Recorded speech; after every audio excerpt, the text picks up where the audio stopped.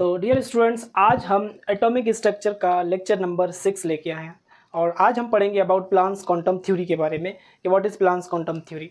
तो आइए student start करते हैं। Planck's quantum theory was given by a scientist, German physicist max Planck. Max Planck scientist ने students ये थ्योरी पेश की थी और मैक्स प्लांक जो है वो जर्मन फिजिस्ट थे। मैक्स प्लांक कब? इन 1900 और इस थ्योरी पे साइंटिस्ट को आगे चल के 1980 में also awarded a Nobel prize भी मिला इस थ्योरी पे, also awarded a Nobel prize. अच्छा, अब ये थ्योरी क्या एक्सप्लेन करती है students? This theory explain the emission and absorption of radiation by body, कि किसी भी ऑब्जेक्ट में से, किसी भी बॉडी में से ये जो रेडिएशन एनर्जी इमिट होती है या फिर एनर्जी एब्जॉर्ब होती है, इस कंसेप्ट को ये थ्योरी एक्सप्लेन करती है, यानी कि एनर्जी की इमिशन एंड एब्जॉर्प्शन। अगर मैं आपसे पूछूं कि ये थ्योरी का मेन ऑब्जेक्टिव क्या है, तो आप कहेंगे this theory explain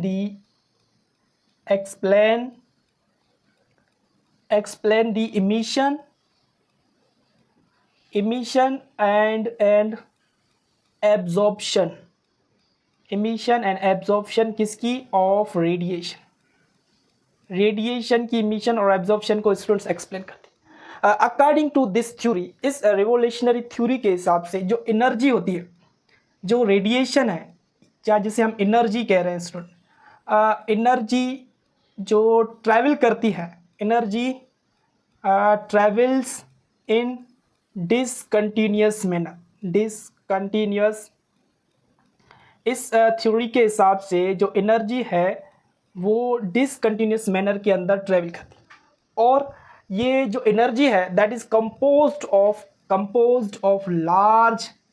large number of tiny discrete units, और उन टाइनी डिस्क्रीट यूनिट्स को स्टूडेंट्स हम कहते हैं वेव पैकेट्स। आप उनको कहते हैं वेव पैकेट्स, और आप उनको कहते हैं वेव पैकेट्स और एनर्जी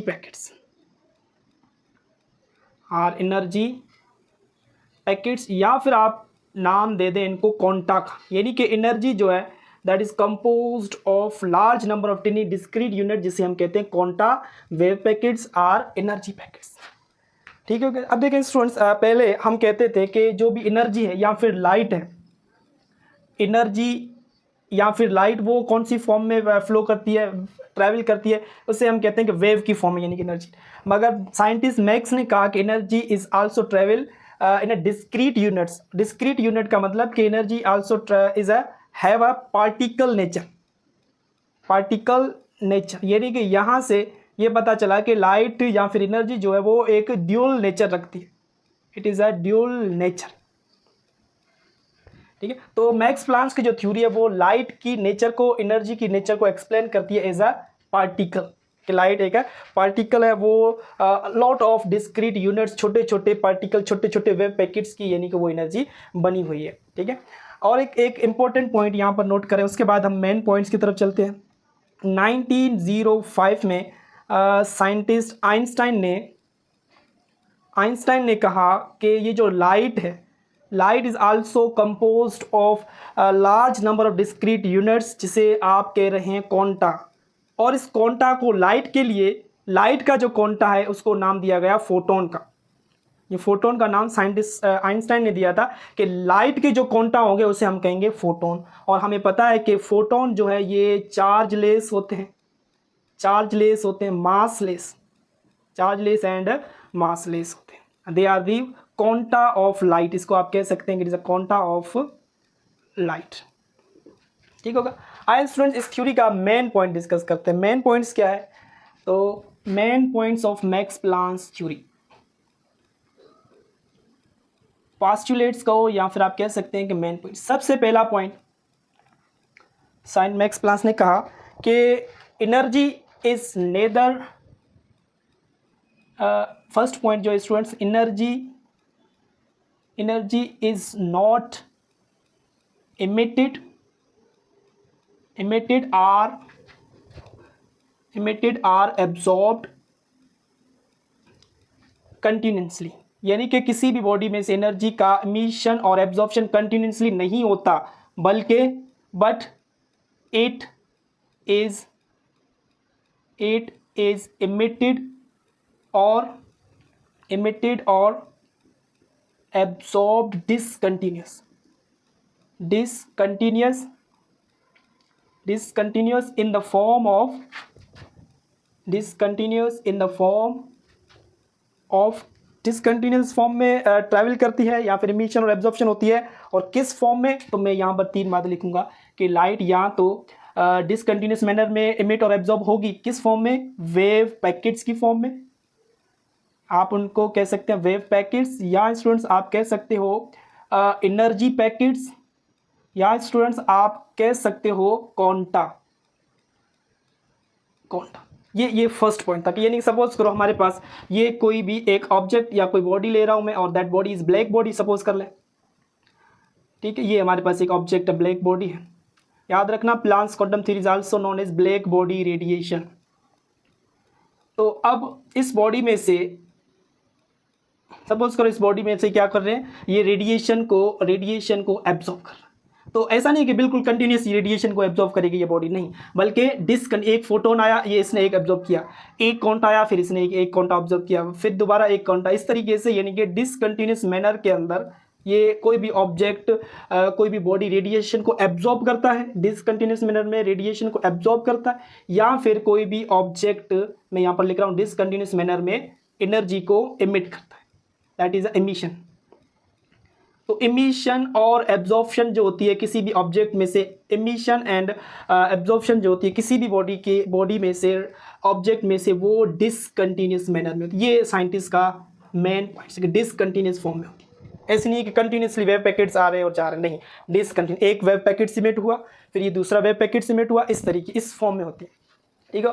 और स्टूडेंट्स ये जो वेव पैकेट्स किसी भी ऑब्जेक्ट में से ये इमिट और एब्जॉर्ब हो रहे हैं, और हर वेव पैकेट की खास अमाउंट ऑफ एनर्जी होती है। सेकंड पॉइंट सुनिएगा, ईच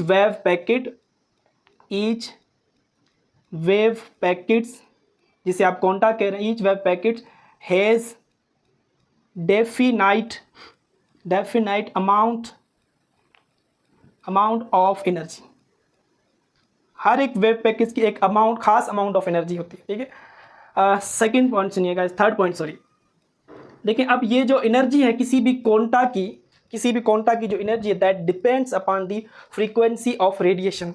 थर्ड पॉइंट के एनर्जी ऑफ क्वांटा, या फिर एनर्जी ऑफ क्वांटा, और आप कह सकते हैं energy of wave packet is directly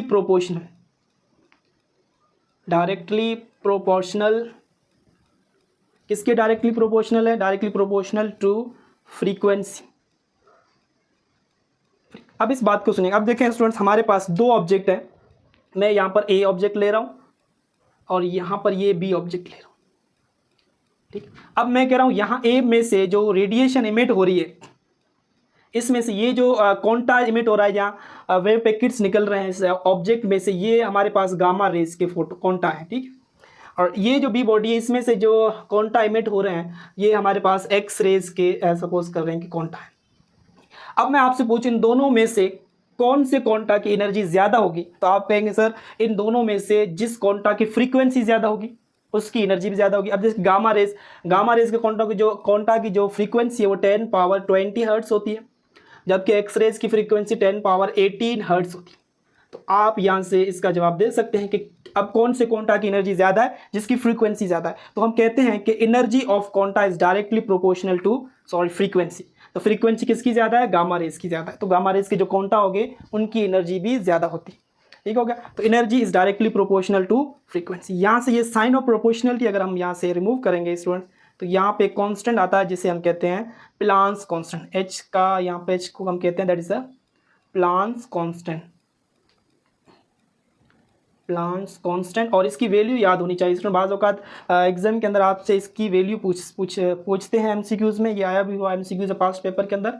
6.625 10 power -34 joule second, ठीक है। और यूनिट भी याद रखना कि मैक्स प्लांक्स कांस्टेंट का जो यूनिट है वो जूल सेकंड होता है, ठीक है। अब देखिए एक क्वांटा एमिट हुआ तो हम h is equal to h nu लिख सकते हैं, दैट इज न्यू फ्रीक्वेंसी, या फिर आप इसको h is equal to 2h nu भी लिख सकते हैं। अगर दो क्वांटा इस तरीके से आप इसको e is equal to 3h nu भी लिख सकते हैं, ठीक है।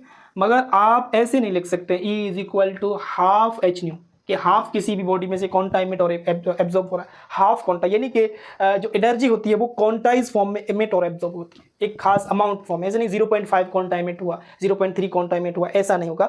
1 क्वांटा जिसे आप लिखेंगे h न्यू, अगर 2 क्वांटा है तो e is equal to h nu, इस तरीके से 3 है तो h is equal to 3h nu, इस तरीके से क्वांटा इमिट होता है। अब देखें स्टूडेंट्स, अब हमें पता है ये जो न्यू फ्रीक्वेंसी जो है, इस frequency is equal to c over lambda. तो यहाँ से एनर्जी का एक और फार्मूला हम ड्राइव कर सकते हैं। देखिए e इज इक्वल टू हमें पता है कि h न्यू। अब ये जो फ्रीक्वेंसी है, इस frequency is equal to c over lambda. अब c क्या है यहाँ पर स्टूडेंट्स, हमारे पास c is a speed of light, ये लाइट की स्पीड, और lambda it's a wavelength of radiation. Lambda को हम क्या कहते हैं, दिस इज अ वेवलेंथ। तो अगर मैं न्यू फ्रीक्वेंसी के बदले c ओवर लेमडा लिखूं तो एनर्जी का फार्मूला हमारे पास कुछ इस तरीके से h is equal to c over lambda. अब ये रिलेशन हमें दो बातें बता रहा है, एक कि एनर्जी जो होती है किसी भी क्वांटा की वो डायरेक्टली प्रोपोर्शनल है फ्रीक्वेंसी की। दूसरी कि एनर्जी जो होती है किसी भी क्वांटा की वो इनवर्सली प्रोपोर्शनल है लेमडा के। अब स्टूडेंट्स मैं आपसे एक क्वेश्चन करूँ, हमारे पास एक ऑब्जेक्ट है और A और दूसरा हमारे पास ये B ऑब्जेक्ट। अब इस ऑब्जेक्ट में से जो क्वांटा रेडिएशन निकल रही है, इसमें से जो रेडिएशन निकल रही है, उस रेडिएशन की जो वेवलेंथ है वो 10 पावर माइनस 10 मीटर है, ठीक है, लेमडा इसकी। और इस ऑब्जेक्ट में से जो रेडिएशन निकल रही है उसकी जो लेमडा वैल्यू है दैट्स 10 पावर माइनस 8 मीटर है, ठीक हो गया। अब आपसे मैं पूछूं इन दोनों में से बताओ एनर्जी किसकी ज़्यादा होगी, A ऑब्जेक्ट की कि B ऑब्जेक्ट की, ठीक। तो आप देखेंगे कि सर जिसकी वेवलेंथ कम होगी एनर्जी उसकी ज़्यादा। तो यहाँ पर वेवलेंथ किसकी कम है, इसकी है 10 पावर माइनस 10 और इसकी 10 पावर माइनस 8। देखिए 10 पावर माइनस 10 वेवलेंथ होती है हमारे पास एक्स रेज की, 10 पावर माइनस 8 वेवलेंथ होती है हमारे पास यूवी लाइट की, अल्ट्रावायलेट रेडिएशन। हम देखिए जितना निगेटिव में वैल्यू ज़्यादा होगी वो उतनी कम वैल्यू होती है। तो 10 पावर माइनस 10 इसका मतलब ये वेवलेंथ कम है और ये वाली ज़्यादा है। तो कम वेवलेंथ एनर्जी क्या होगी इसकी, वेवलेंथ अगर कम है तो एनर्जी इसकी होगी ज़्यादा, ठीक होगा स्टूडेंट्स। तो ए ऑब्जेक्ट के पास जो ए ऑब्जेक्ट की जो रेडिएशन है उसकी एनर्जी ज़्यादा होती है हमारे पास। तो ये था स्टूडेंट्स हमारे पास मैक्स प्लांक्स क्वांटम थ्योरी। उसके बाद हमें आगे चल के बोर एटॉमिक मॉडल हम डिस्कस करेंगे, जिसके लिए हमें आना चाहिए और पढ़ना होगा हमें अबाउट वेवलेंथ को हम पहले डिस्कस करेंगे, और देन कि फ्रीक्वेंसी क्या होती है, और उसके बाद स्टूडेंट्स हम वेव नंबर को भी डिस्कस करेंगे। ये करके उसके बाद फिर हम स्टार्ट करेंगे बोर्स एटॉमिक थ्योरी। ठीक है स्टूडेंट्स, अल्लाह हाफिज़।